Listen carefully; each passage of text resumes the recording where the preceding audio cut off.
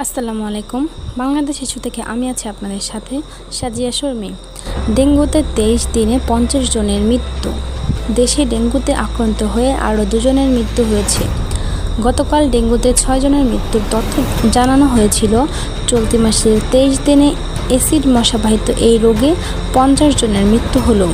আজ সোমবার স্বাস্থ্য অধিদপ্তরের সংবাদ বিজ্ঞপ্তিতে এই তথ্য জানানো হয়।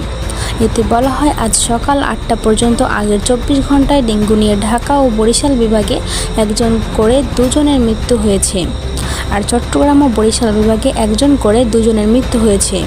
মারা যাওয়া ব্যক্তিদের বয়স 71 থেকে 70 বছরের মধ্যে।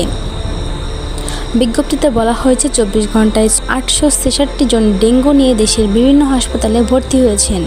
সর্বোচ্চ ঢাকা উত্তর সিটি কর্পোরেশনের বিভিন্ন হাসপাতালে 170 জন ভর্তি হয়েছেন।